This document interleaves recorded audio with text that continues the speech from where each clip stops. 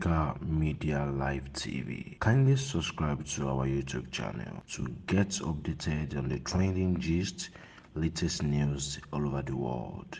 Like our page, subscribe, and share with friends. Thank you.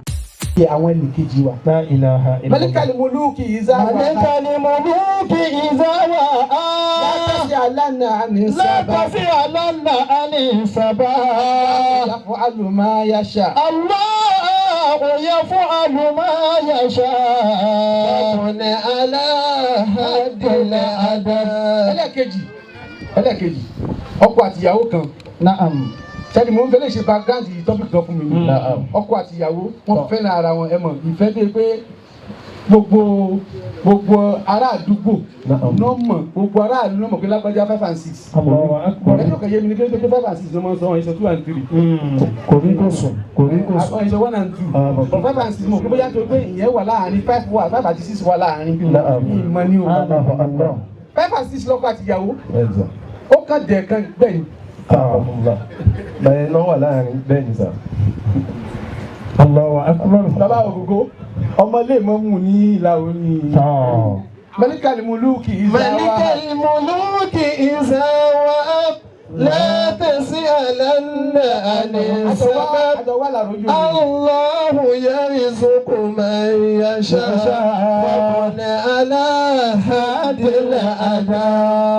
Lọ́ọ̀bù wọn yẹn wà so glaring. Na'am. Gbogbo yẹn lórí pé àwọn lè fọ́nà ara wọn. Ọlọ́run kan dàdáwò kan sí ìyàwó ni. Àìsàn tí ó bá skin yẹn jẹ́. Lóru rẹwà púpọ̀. Ó rẹwà gan wá bẹ̀ sí ní náwó. Ibẹ̀ náà gbogbo tọ́ ní síta. Allahu akbar. Ọkọ wa jáde lọ, ọkọ bá l'accident. But accident yẹn ò pọ̀. Ọkọ wa ṣe kinní kan. Accident yẹn fọkọ lójú ẹ̀jẹ̀ sọ́ba yẹn kó lè múlẹ̀ síbi tó yẹ kí n múlẹ̀ sí. Wọ́n wá dé, wọ́n tún wá jọ lo 10 years papọ̀ bẹ́ẹ̀. Bàtí ìyàwó wa kú, àìsàn yẹn padà pa. Wọ́n ṣe fìdáwò fún tán, wọ́n sin ìyàwó, wọ́n ṣe fìdáwò fún tán, ọkọ kọ̀ bẹ̀ sí ní. Wọ́n máa ń mọ́kọ jáde ní ó gbé yẹn kan tí wọ́n ṣe jàgóra tí wọ́n mú jáde ní. Wọ́n kàn rí pé bàtọ́ sí ìyàwó ẹ̀ tán kò lòyàn mọ́ kàn jáde fún lójú àṣojú òfò. Wọ́n wá ń béèrè pé kí ló dé sójú ẹ̀ láǹgbà tí ìyàwó ẹ̀ kú làbí ìyàwó ló fi ṣí ẹni. Olójú òun ò fọ́. Ìyàwó òun inú rẹ̀ ó mọ bàjẹ́ tó bá jẹ́ kó mọ̀ kó òun sì rí òun kó òun rẹwà mú. Òun wá pèsè ní kójú òun ti fọ́ for 10 years. Ẹ jẹ́ àmọ́tú síbi láìpẹ́ láìpẹ́. Malikal muluki izawa. La tas'alanna ani sabab. Allahu yaf'alu ma yasha. Wa ala hadil ada. Ayé bàjẹ́ báyìí. Allahu akbar. Àbá kìí ṣe Nàìjíríà nìkan o.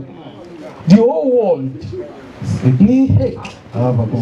Kódà àwọn ibi tí yóò rò pé ó jẹ kó kàn aláì ti bẹ̀rẹ̀ ju ti Nàìjíríà lọ. La ilaha illallah. Nítorí pé kò sí sensor fún mídíà tí ó yẹ pé kò sí dáàlì sọ Nàìjíríà láti ń rò pé Nàìjíríà ló bàjẹ́ jù. Gbogbo táwọn press wa máa ń sọ yẹn tó sọ ọ̀hún lè sọ lórí ìbò. You can't dare do that in North Korea. Even in America, in China, you can't do that. Ní access sí this free social media life ta ní wọn ní China. Because ìjọba náà pé tí gbogbo nǹkan bá free, everybody bá free láti sọ̀rọ̀ ní ìjọba ṣe. La ilaha illallah. Àwọn information kan a máa wà highly classified ni. Eléyìí not for everybody. Africa Media Live TV. Kindly subscribe to our YouTube channel to get updated on the trending gist, latest news all over the world. Like our page, subscribe, and share with friends. Thank you.